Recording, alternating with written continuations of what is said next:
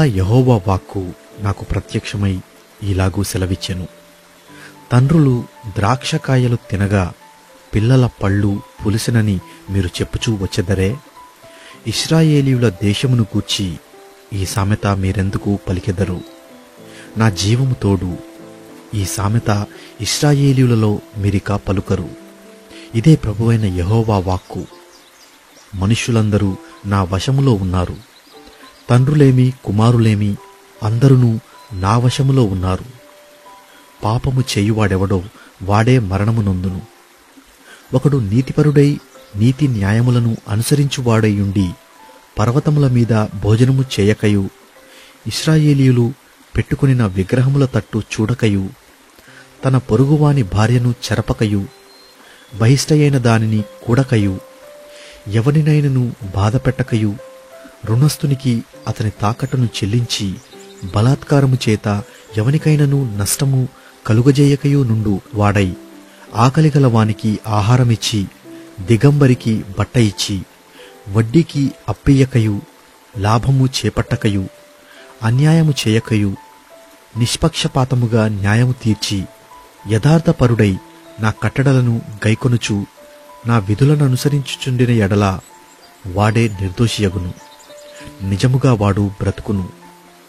ఇదే ప్రభువైన యెహోవా వాక్కు. అయితే ఆ నీతిపరునికి కుమారుడు పుట్టగా వాడు బలాత్కారము చేయువాడై, ప్రాణహానికరుడై, చేయరాని క్రియలలో దేనినైనను చేసి, చేయవలసిన మంచి క్రియలలో దేనినైనను చేయకయుండిన ఎడల, అనగా పర్వతముల మీద భోజనము చేయుటయు, తన పొరుగువాని భార్యను చెరుపుటయు, దీనులను దరిద్రులను బాధపెట్టి బలాత్కారము చేత నష్టము కలుగజేయుటయు, తాకట్టు చెల్లింపకపోవుటయు, విగ్రహముల తట్టు చూచి హేయకృత్యములు జరిగించుటయు, అప్పిచ్చి వడ్డీ పుచ్చుకొనుటయు, లాభము చేపట్టుటయు, ఈ మొదలగు క్రియలు చేసిన ఎడల వాడు బ్రతుకునా? బ్రతుకడు. ఈ హేయక్రియలన్నీయూ చేసను గనుక అవశ్యముగా వానికి మరణశిక్ష విధింపబడును. వాడు తన ప్రాణమునకు తానే ఉత్తరవాదియగును. అయితే అతనికి కుమారుడు పుట్టగా ఆ కుమారుడు తన తండ్రి చేసిన పాపములన్నిటినీ చూచి ఆలోచించుకొని అట్టి క్రియలు చేయకయుండిన ఎడల, అనగా పర్వతముల మీద భోజనము చేయకయు, ఇశ్రాయేలీయులు పెట్టుకొనిన విగ్రహముల తట్టు చూడకయు, తన పొరుగువాని భార్యను చెరపకయు, ఎవనినైనను బాధపెట్టకయు, తాకట్టు ఉంచుకొనకయు, బలాత్కారము చేత నష్టపరచకయు, ఆకలిగనవానికి ఆహారమిచ్చి, దిగంబరికి బట్ట ఇచ్చి, బీదవాని మీద అన్యాయముగా చెయ్యి వేయక లాభము కొరకు అప్పియకయు, వడ్డీ పుచ్చుకొనకయు నుండినవాడై, నా నిధులననుసరించుచు నా కట్టడలనుసరించుచు నుండిన ఎడల అతడు తన తండ్రి చేసిన దోషమును బట్టి చావడు.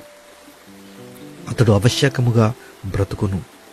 అతని తండ్రి క్రూరుడై పరులను బాధపెట్టి బలాత్కారము చేత తన సహోదరులను నష్టపరచి తన జనులలో తగని క్రియలు చేసిన గనుక అతడే తన దోషమును బట్టి మరణము నొందును. అయితే మీరు కుమారుడు తన తండ్రి యొక్క దోష శిక్షను ఏలా మోయుట లేదని చెప్పుకొనుచున్నారు. కుమారుడు నీతి న్యాయములను అనుసరించి నా కట్టడలన్నిటినీ అనుసరించి గైకొనెను గనుక అతడు అవశ్యముగా బ్రతుకును. పాపము చేయువాడే మరణము నొందును. తండ్రి యొక్క దోష శిక్షను కుమారుడు మోయుట లేదని కుమారుని దోష శిక్షను తండ్రి మోయడు. నీతిపరుని నీతి ఆ నీతిపరునికే చెందును. దుష్టుని దుష్టత్వము ఆ దుష్టునికే చెందును. అయితే దుష్టుడు తాను చేసిన పాపములన్నిటినీ విడిచి నా కట్టడలన్నిటినీ అనుసరించి నీతిని అనుసరించి న్యాయము జరిగించిన ఎడల అతడు మరణము నొందడు. అవశ్యముగా అతడు బ్రతుకును. అతడు చేసిన అపరాధములలో ఒకటియు జ్ఞాపకములోనికి రాదు. అతని నీతిని బట్టి అతడు బ్రతుకును. దుష్టులు మరణము నొందుట చేత నాకేమాత్రమైన సంతోషము కలుగునా? వారు తమ ప్రవర్తనను దిద్దుకొని బ్రతుకుటయే నాకు సంతోషము. ఇదే ప్రభువగు యెహోవా వాక్కు. అయితే నీతిపరుడు తన నీతిని విడిచి పాపము చేసి దుష్టులు చేయు హేయక్రియలన్నిటి ప్రకారము జరిగించిన ఎడల అతడు బ్రతుకునా? అతడు చేసిన నీతి కార్యములు ఏమాత్రమును జ్ఞాపకంలోనికి రావు. అతడు విశ్వాసఘాతకుడై చేసిన పాపమును బట్టి మరణము నొందును. అయితే యెహోవా మార్గము న్యాయము కాదని మీరు చెప్పుచున్నారు. ఇశ్రాయేలీయులారా, నా మాట ఆలకించుడి.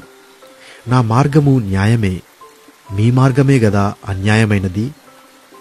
నీతిపరుడు తన నీతిని విడిచి పాపము చేసిన ఎడల అతడు దానిని బట్టి మరణము నొందును. తాను పాపము చేయుటను బట్టియే గదా అతడు మరణము నొందును. మరియు దుష్టుడు తాను చేయుచూ వచ్చిన దుష్టత్వము నుండి మరలి నీతి న్యాయములను జరిగించిన ఎడల తన ప్రాణము రక్షించుకొనును. అతడు ఆలోచించుకొని తాను చేయుచూ వచ్చిన అతిక్రమ క్రియలన్నిటినీ చెయ్యక మానెను గనుక అతడు మరణము నొందక అవశ్యముగా బ్రతుకును. అయితే ఇశ్రాయేలీయులు యెహోవా మార్గము న్యాయము కాదని చెప్పుచున్నారు. ఇశ్రాయేలీయులారా, నా మార్గము న్యాయమే గాని మీ మార్గము న్యాయము కాదు.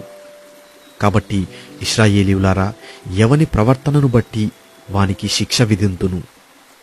మనస్సు త్రిప్పుకొని మీ అక్రమమును మీకు శిక్షాకారణములు కాకుండునట్లు వాటినన్నిటినీ విడిచిపెట్టుడి. మీరు జరిగించిన అతిక్రమములన్నిటినీ విడిచి నూతన హృదయమును నూతన బుద్ధియు తెచ్చుకొనుడి. ఇశ్రాయేలీయులారా, మీరెందుకు మరణము నొందుదురు? ఇదే ప్రభువగు యెహోవా వాక్కు. మరణము నొందువాడు మరణము నొందుటను బట్టి నేను సంతోషించువాడను కాను. కావున మీరు మనస్సు త్రిప్పుకొనుడి, అప్పుడు మీరు బ్రతుకుదురు. ఇదే ప్రభువగు యెహోవా వాక్కు.